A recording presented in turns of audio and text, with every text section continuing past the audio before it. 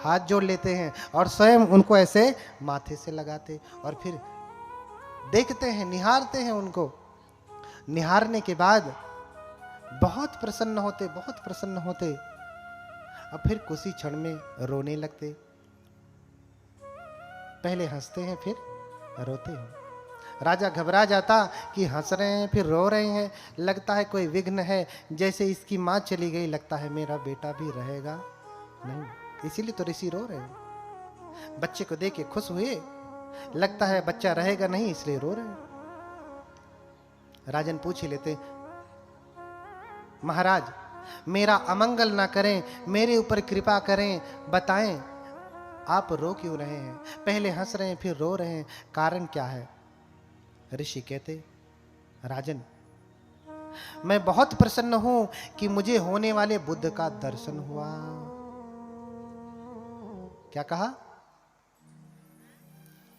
पमोदितो खो राजन सखो बुद्ध सुदर्शनन। राजन मैं प्रसन्न हूं। ये जो श्लोक हैं सब त्रिपिटक से हैं, अपने मन से गढ़ के नहीं कह रहा हूं,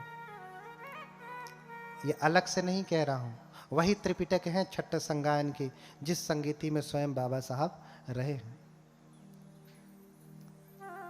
मैं इसलिए प्रसन्न हूं कि मैं बुद्ध का दर्शन कर पाया, और दुखी इसलिए हूं कि मेरा समय आ गया।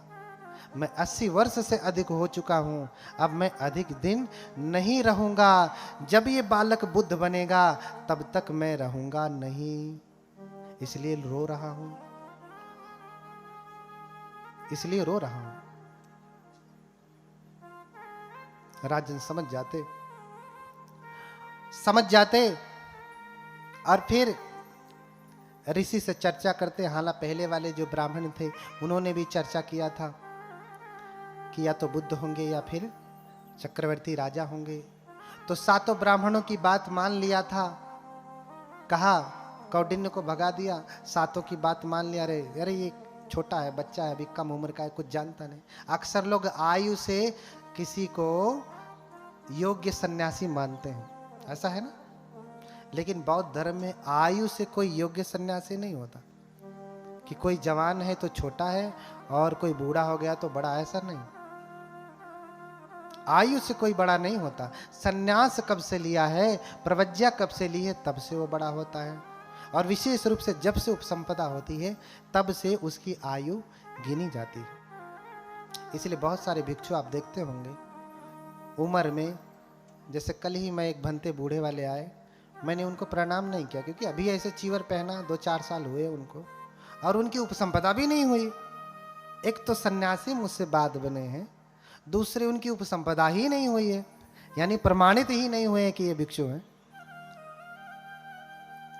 उस मुझसे छोटे ही हैं। मैंने प्रणाम नहीं किया तो एक उपासक कह रहे, अरे ये बड़े अहंकारी लगते हैं, इन्होंने प्रणाम नहीं किया। बड़े बूढ़े बुजुर्ग हैं, उनको प्रणाम करना चाहिए उठकर। हमने कहा शरीर को प्रणाम थोड़ी नहीं होता है। मुझसे नहीं कहा, उपासकों से कहा, उपासकों ने बाद में कहा। हमने कहा इस शरीर को प्रणाम थोड़ी नहीं होता, क्या इस चमड़ी को प्रणाम करेंगे, क्या है इसमें? अब इसे काट के रख दीजिए तो 10 मिनट बाद बदबू आने लगेगी, इसको प्रणाम करेंगे? नहीं ना, कि ये शरीर थोड़ा जवान है इसको प्रणाम कर लेता हूं, ये बूढ़ा है, हाँ, ऐसा नहीं। शरीर को प्रणाम नहीं होता है, तपश्चर्या को, सन्यास को प्रणाम होता है कि कितने अधिक समय तक इसने अपने प्रवज्ञा का जीवन जिया है, सन्यास का जीवन जिया है, कितने समय पहले से इसने काम भोग का जीवन छोड़ा है। और जो बचपन से गृह त्यागी है उस सन्यासी की महिमा का कहना ही क्या। यहाँ जो देख रहे हैं ना, सब गृह त्यागी बचपन से बैठे हैं। हमारे 2 भंते बैठे हैं, एक और कहीं पे इधर उधर होंगे, जो अभी गीत गा रहे थे, बचपन से हैं। और बचपन के सन्यासी का तेज ज्यादा होता है, उसका सामर्थ्य ज्यादा होता है, उसका गुस्सा भी अगर हो गया ना तो कोई बचा नहीं पाएगा। सही सन्यासी है तो मस्ती करने वाला, ऊट पटांग करने वाला है तो कुछ असर होने वाला नहीं। इसलिए जब आप आते हैं तो क्या कहते हैं, ओकाश वंदामि भंते द्वारतेन मया कत्तं सब्बंग अपराधं खमत में भंते, ये कहते हैं ना, हे भंते ओकाश दीजिए, समय दीजिए, मेरे द्वार तयेन, तीनों द्वारों से काया वाचा और मन से जो भी अपराध हुए हैं, क्षमा तुम्हें भंते, भंते क्षमा करें। मैंने काया वाणी और मन से जो भी अपराध किया है, हे भंते समय दे मुझे, मेरे ऊपर कृपा करें, मेरे सभी अपराधों को क्या करें, क्षमा करें। तो भिक्षु क्या कहते हैं, खम्मामी खम्मामी खम्मामी, क्षमा करता हूँ क्षमा करता हूँ क्षमा करता हूँ। अभिवादनशील सनिच्चंग गड्ढा पचाए। हाँ, जो अभिवादनशील है उसकी चार चीजें बढ़ती हैं, आयु, वर्ण अर्थात सौंदर्य, सुख और बल, आशीर्वाद देते हैं। हाँ, अब आप सोचो, आप भिक्षुओं के पास आते हैं पाप छुड़ाने, पाप कटाने, अपराध की माफी मांगने। अगर वो आपके अपराध को क्षमा कर सकता तो सोचो, जब गुस्सा हुआ तो क्या करेगा। हाँ, आपका अपराध काटने की क्षमता रखता है तो फिर जिस दिन गुस्सा हुआ तो क्या करेगा, कितने अपराध लाद देगा, इसकी गणना है नहीं। और उसमें भी जब बचपन से सन्यासी है, प्रवज्जित है, भिक्षु है, तो उसका कहना ही क्या। अरे बुढ़ापे में कोई भिक्षु बनता है, घर पत्नी के साथ जो भोगना था सो भोग लिया, बच्चे का सुख भोग लिया, जब लतियाए जुतियाए भागा घर से, अब सन्यासी बना है। हाँ? अब क्या ब्रह्मचर्य का पालन करेगा, अब तो ब्रह्मचर्य तोड़ना भी चाहे तो नहीं टूट सकता, तो बूढ़ा हो गया, सारी इंद्रियां शिथिल हो गई, अभी क्या करेगा, कर सकता है कुछ नहीं। जब ब्रह्मचर्य का पालन करना था, आचरित्वा ब्रह्मचर्यम अलद्धा यो बने धनम। भगवान कहते हैं कि जब ब्रह्मचर्य का पालन करना था तब तो किया ही नहीं, करना था तब किया ही नहीं। हाँ, जीर्ण कोचे वजायंती खीन मज्जे व पल्लले, दंपति की गाता है। तो जैसे जब तालाब सूख जाता है तो बगुला पक्षी, बगुला कहाँ से मछली खाता है, जिसमें पानी होता, जिसमें मछलियां होती है ना। अब पानी ही सूख जाए तो उसे मछली मिलेगी, तो बगुला भी तो दुखी होगा ना, क्योंकि मछली नहीं मिल रही। ऐसे ही बुढ़ापे में सन्यासी व्यक्ति जब सब कुछ सूख गया, पहले ही खड़ा होकर के रोता है कि पानी तो सूख गया, मछली भी नहीं, अब कौन से ब्रह्मचर्य का पालन करेंगे। इसलिए बौद्ध धर्म में बचपन से ही सन्यास लेने का विधान है। हाँ, देखो कितनी बार आपने पाँव को बदला, दादाजी लोग, पिताजी लोग। देखिए हमारे एक उपासक जी पहले ही आगे पैर फैलाए बैठे हैं, नहीं बैठ पा रहे हैं। ये ऐसा नहीं कि जानबूझ करके फैलाए, नहीं, उससे राह क्या करें, मजबूरी। अब शरीर जिसको अपना माना, जिसको मेवा मिश्री खिलाया, बतिए नहीं मानता। बोलिए भगवान बुद्ध की, उन्हीं का नहीं सबका। और वहीं हम सब देखो, बनते लोग बैठे, हम लोग बैठे, हिला हम लोगों का, हिलेगा भी नहीं जब तक कथा चलेगी। हिलेगा नहीं। तो कम उम्र से किसी के सन्यास की गणना नहीं होती, उसके सन्यास से उसकी गणना होती है। कब से वो सन्यासी, कब से गृह त्यागी, तो उसे छोटा समझ के पहले भगा दिया, ये जवान है। 7 ब्राह्मणों की बात माना था, तो 7 से पूछा, अच्छा आपने 2 बात कहा कि या तो चक्रवर्ती राजा बनेगा या बुद्ध बनेगा, तो मुझे तो बुद्ध बनने के लिए नहीं देना अपने बेटे को, मुझे तो चक्रवर्ती राजा बनाना है। तो क्या करे कि मेरा बेटा घर छोड़ के ना जाए।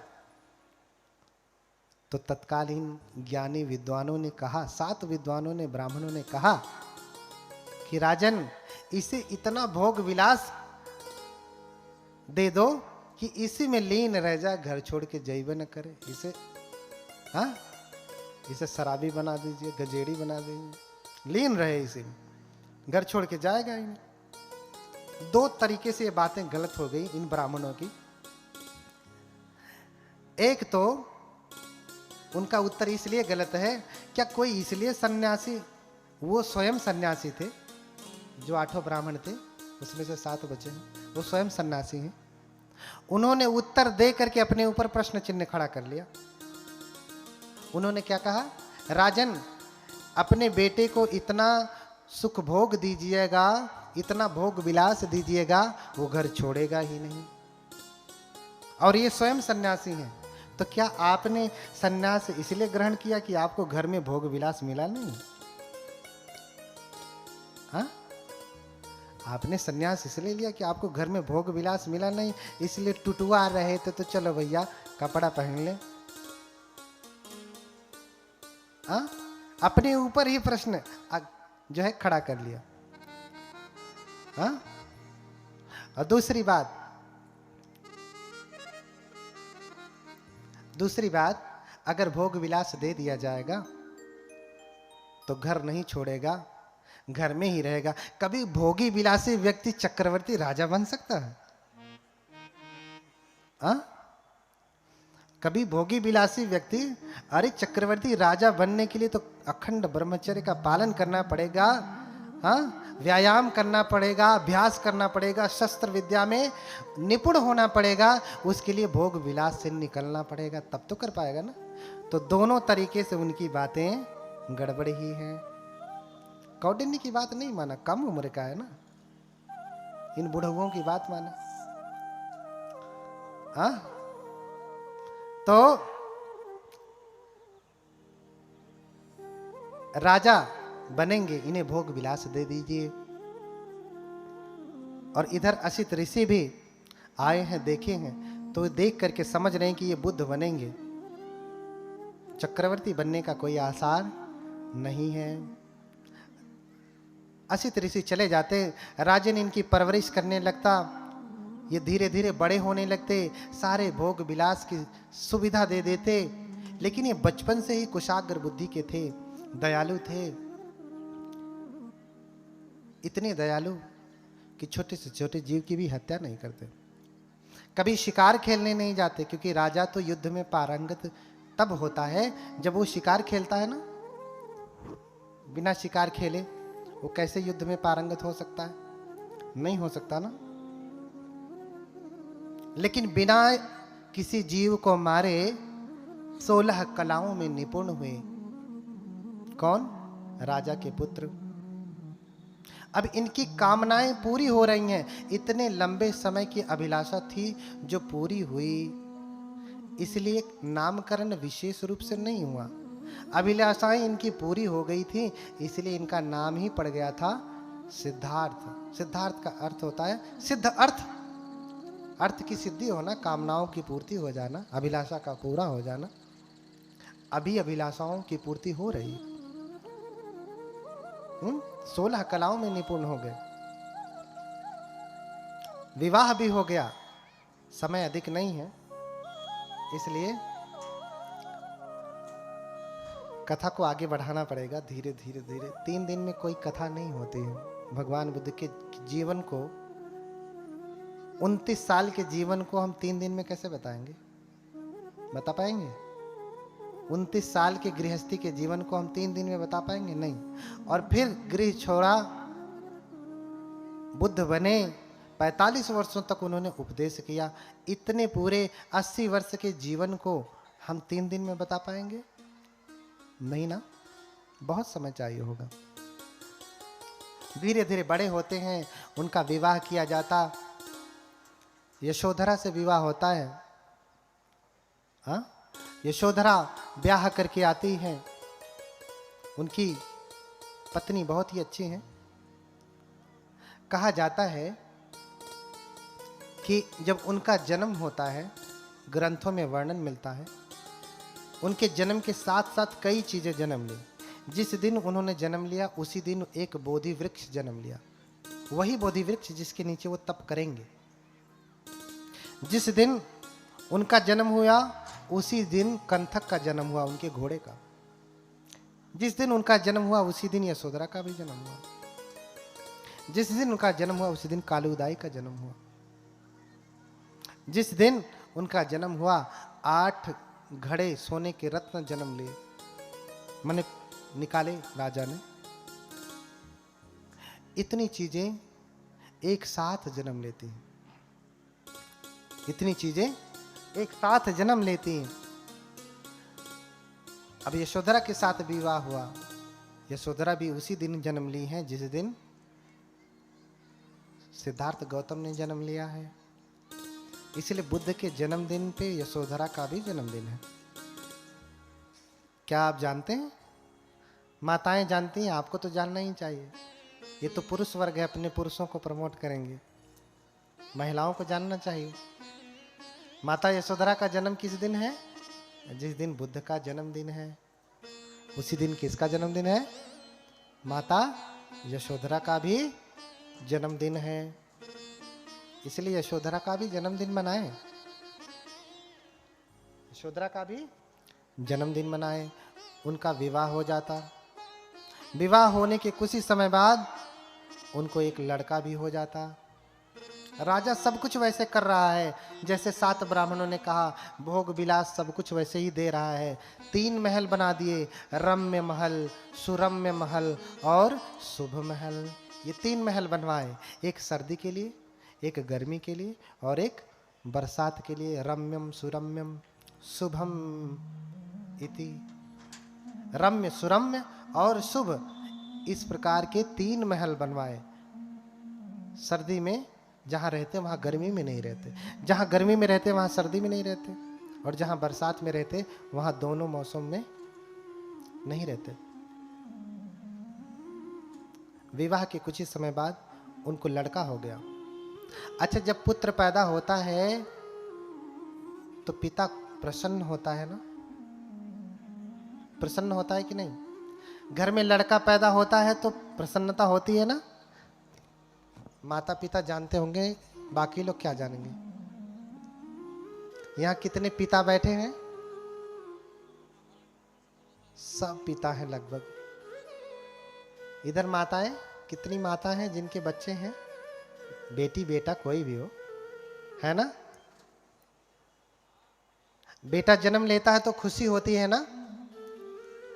लेकिन जब सिद्धार्थ को पुत्र पैदा हुआ तो उनको सूचना जब दी गई तो बड़े परेशान हो जाते हैं। कहते हैं कि ममज्जंग बंधनम जातंति वत्वान साहुदे निसज्ज सब कामे ही आगमा सुंदरम पुरम। जब पुत्र की खबर मिली कि सिद्धार्थ प्रसन्न होइए, आपको बेटा हुआ है, तो सिद्धार्थ प्रसन्न नहीं होते। अपितु क्या कहते हैं? अरे ये क्या हुआ है? राहु हुआ है, बंधन हुआ है। ममज्जंग बंधनं जातंति वत्वान तावदे। राहुल का अर्थ क्या होता है? बड़ी खुशी से राहुल नाम रखते हैं। बहुतों का नाम राहुल तो जैसे कॉमन हो गया है, हाँ, चाहे हिंदू हो चाहे बौद्ध हो, बहुत सारे लोग क्या नाम रखते हैं? राहुल। राहुल नाम रखते हैं ना? राहुल का अर्थ होता है बाधा, बंधन। और जब उन्होंने राहु कह दिया, राहुल कह दिया, तभी से उनका नाम भी क्या पड़ गया? राहुल। सिद्धार्थ का भी नामकरण ऐसे ही हुआ। अभिलाषा का पूरा हो गया, हो जाना तो सिद्धार्थ हो गए, बंधन पैदा हो गया तो राहुल हो गए। ठीक है? उन्होंने कहा कि राहु पैदा हुआ, राहुल, बंधन पैदा हुआ है। अरे अब मैं गृह त्याग नहीं कर पाऊंगा। बाबा साहब ने द बुद्धा इन धम्मा में लिखा है कि रोहिणी नदी का विवाद होता है और वो घर छोड़ देते। ये सिर्फ भगवान बुद्ध और उनके धम्म में इसका वर्णन। लेकिन विश्व के जितने भी देश हैं उनका कहना है कि वो 4 दृश्य देखते हैं तब घर छोड़ते हैं। हाँ? कामेन जिन्नं व्यथितं मतंच दिस्वान रूपम तिभवे विरतो। हाँ? 3 रूप देख करके वो विरक्त हो जाते हैं, फिर वो प्रवज्जित होते हैं, सन्यासी होते हैं। ध्यान से सुनिएगा, ये बड़ा गूढ़ प्रश्न है घर छोड़ने वाला। अक्सर लोग प्रश्न करते रहते हैं तो सुनाई दे रहा है, इसमें रिकॉर्ड भी हो रहा है। बार बार प्रश्न पूछ करके अपना भी समय ना बर्बाद करें, इसी में सुन लिया करें। चढ़ते 7वां दिन जैसे पहुंचती हैं और भी बिगड़ जाती है, भयंकर रूप से बीमार हो जाती हैं, भयंकर रूप से बीमार हो जाती हैं। अब मरने वाली हैं।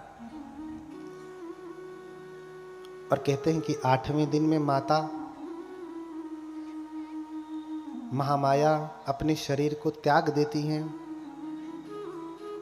अभी बच्चा 7 ही दिन का है। 7 दिन जैसे ही पूरा हुआ, माता ने अपने शरीर को त्याग दिया। ये तो बच्चा कोई शुभ नहीं होगा ना। गांव में ऐसा बच्चा पैदा हो जाए तो लोग कहते हैं कि अरे ये तो भूत है, प्रेत है, पैदा होते ही अपनी माँ को खा गया। लड़की हो तो और बुरा हो जाता, ये तो डाइन है, पैदा होता ही खा गई। ऐसा कहते हैं ना।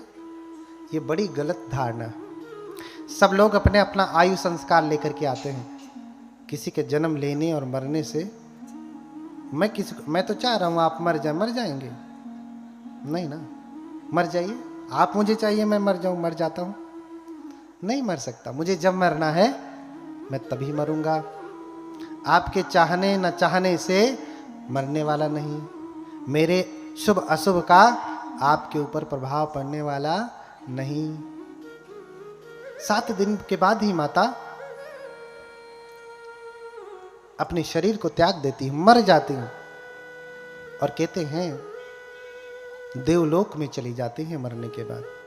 क्योंकि अभिधर्म का उपदेश, बुद्ध का जो त्रिपिटक है, सूत्र विनय अभिधम, सूत्र विनय का उपदेश तो धरती पे हुआ है, अभिधर्म का उपदेश धरती पे नहीं हुआ है।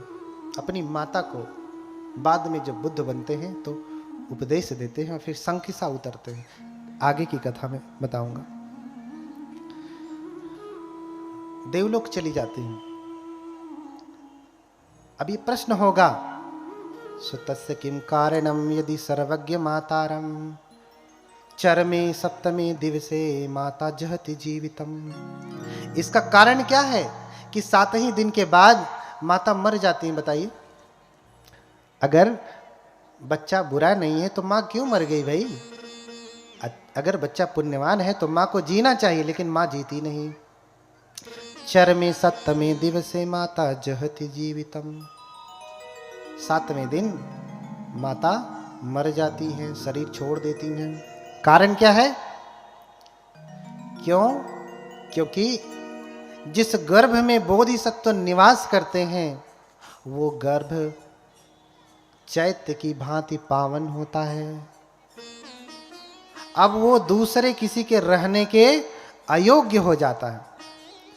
अगर माँ जीवित रही तो फिर से कोई ना कोई उस गर्भ में आएगा और माता की कुक्षी जो है, गर्भ जो है, वो फिर उतना पावन नहीं रह जाएगा। इसीलिए मात्र 7 दिन में ही माता महामाया शरीर छोड़ करके चली जाती हैं। वर्णन मिलता है जितने भी बुद्ध होते हैं सबकी माताएं ऐसे ही होते हैं, 7वें दिन में शरीर छोड़ देती। 7वें दिन के बाद वो नहीं रहती। तो अपनी जिम्मेदारी अपनी बहन को, प्रजापति गौतमी को दे करके गई।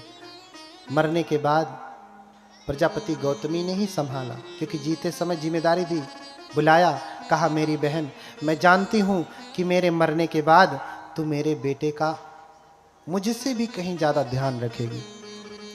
तू मेरे बेटे के लिए माँ से भी बढ़ करके भी होगी। तभी से एक कहावत कही गई, माई मुए मौसी।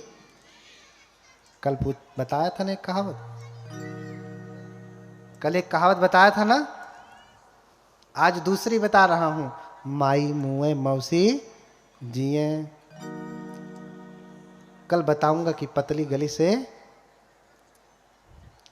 हाँ निकल जा, है ना। तो मौसी को जिम्मेदारी देके गई। अब ये घटना असित ऋषि को पता चलती है। असित ऋषि जो शाक्यों के कुल ऋषि हैं, असित काल देवल नाम है उनका, महारिद्धिवान है, रिद्धि सिद्धि संपन्न है। और देखते हैं कि देवलोक में कोलाहल हो रहा है। ऋषि क्या देखते हैं? देवलोक में कोलाहल हो रहा है। कौन से देवलोक में? चूंकि शाक्यों के ऋषि परम सामर्थ्यवान हैं, रिद्धि बल से देख रहे हैं कि देवलोक में इतना बैंड बाजा क्यों बज रहा है, लोग नाच क्यों रहे हैं, नाच भी कैसे रहे हैं। अच्छा, आपने कभी किसी को देखा है कि साइट निकाल के ऐसे ऐसे ऐसे घुमा घुमा के नाचता है? देखा है? कहां से सीखा?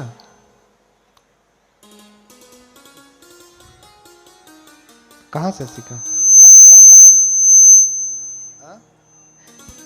चेलुखे पादयो चापी पवतिंता पमोदिता किलीसा देव संघाते तावतिन सालये तदा।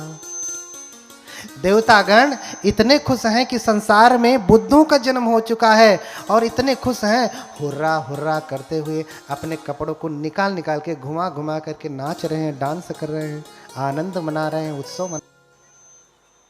हाँ, कैसे गड़बड़ हो जाता भैया तो। हाँ,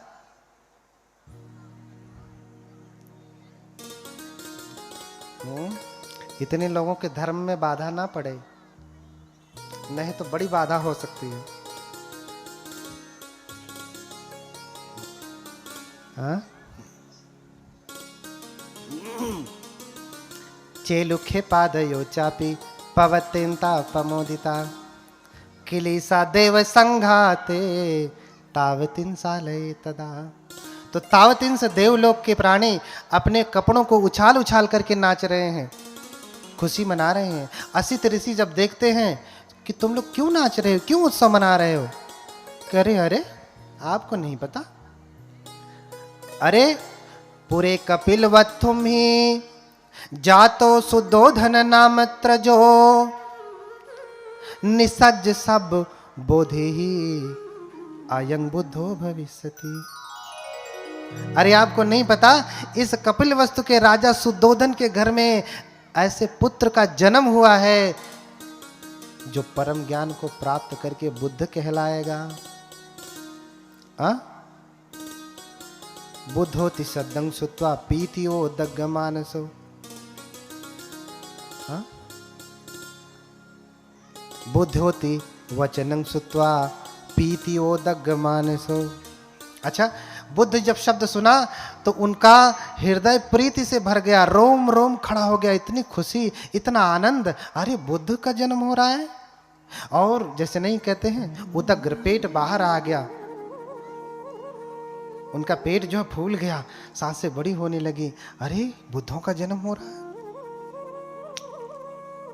हाँ, सक भावेन संठा तुम नेव सखी गुणा करो।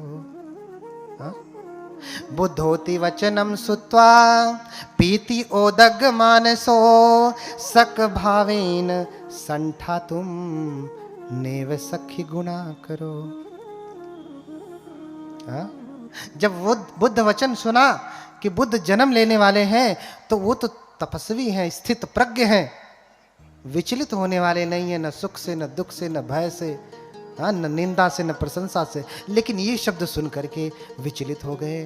विचलित होने का अर्थ है भाव विभोर हो गए, उनके रोम रोम खड़े हो गए, उनके शब्दों से वचन नहीं फूट पा रहे हैं, वचन नहीं निकल पा रहे हैं। क्यों?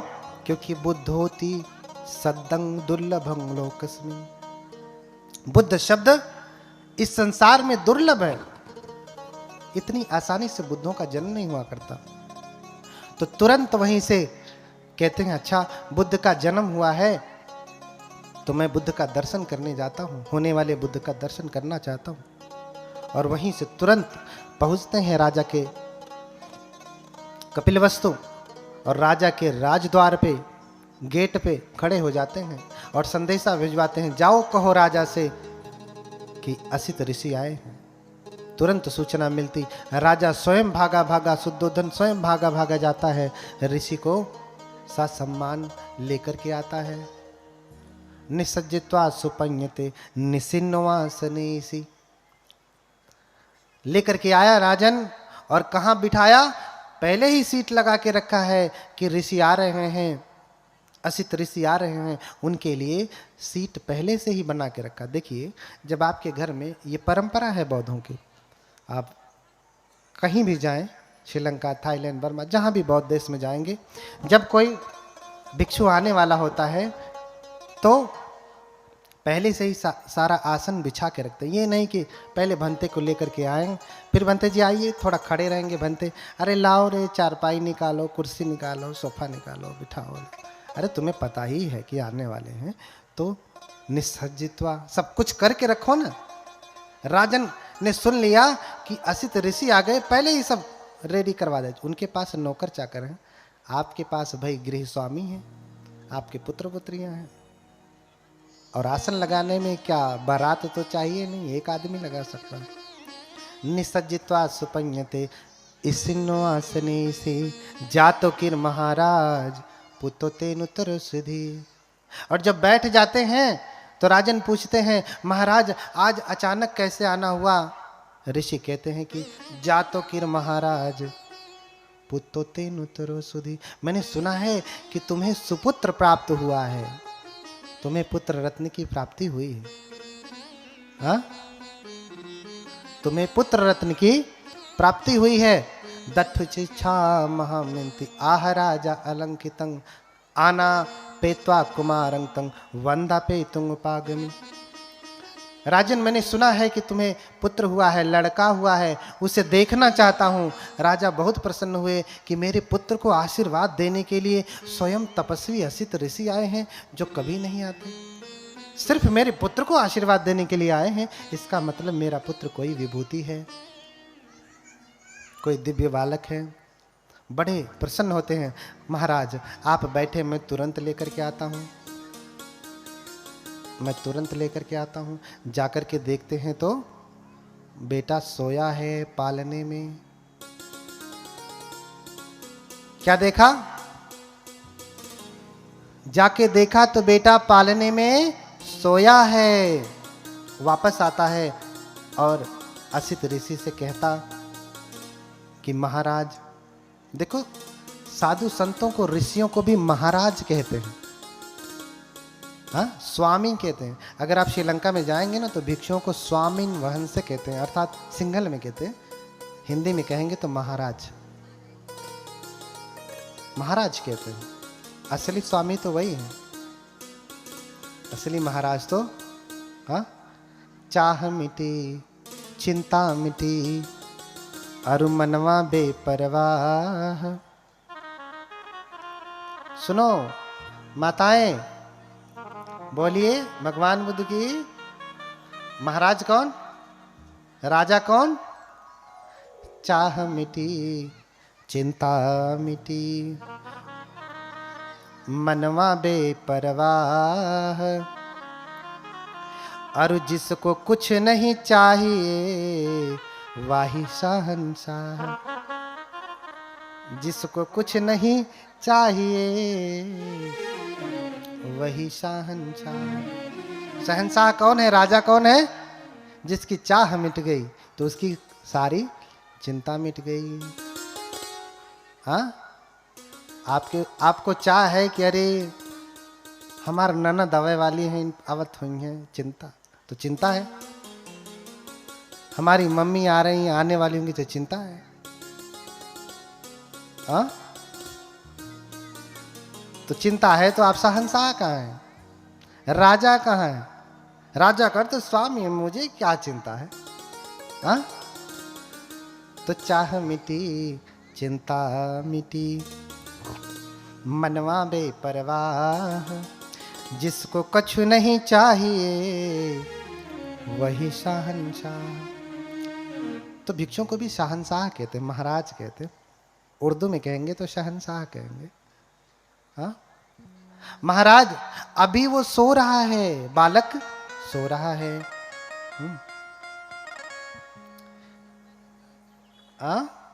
राजन नहीं सुप्तति एषो विभूति राजन। हे राजन, ऐसी विभूतियां सोती नहीं। बड़ी ध्यान से सुनना, इस बात में बहुत गहरी बात है। राजन, शुद्धोधन असित ऋषि को कह रहे हैं महाराज, और असित ऋषि शुद्धोधन को कह रहे हैं राजन।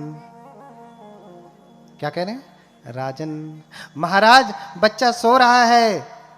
राजन, ऐसी विभूतियां सोती नहीं, ऐसी विभूतियां सोती नहीं, वो स्वभाव से ही जागृत होती हैं। आप जाएं और ध्यान से देखें और लेकर के आए। अभी तो राजा देख के गया कि बच्चा सो रहा था, और असित ऋषि कह रहे हैं कि जाएं ध्यान से देखें तो जरूर जाग रहा होगा। अच्छा, हम देखते कैसे हैं? दिखाई दे रहा? क्या है? किससे देख रहे हैं? आंख से देख रहे हैं ना? आंख से देख रहे हैं ना? इसमें क्या है? क्या है? कुछ भी नहीं है। अच्छा, हम देखते किससे हैं? आंख से देखते हैं, आंख से। लेकिन सारी चीजें आंख से दिखाई नहीं देती। आंख देख ही नहीं सकती भाई, आंख होते हुए भी दिखाई नहीं दे सकता। क्यों? क्योंकि आंख देखती ही नहीं। आपको दिखाई तब देगा। अच्छा, आपकी मोबाइल आप अपने बिस्तरे पे रख के आते हैं, बाबू से कहते हैं अरे जा मोबाइल लेके आ। बाबू इधर उधर गया, लेफ्ट राइट किया, मम्मी नहीं है।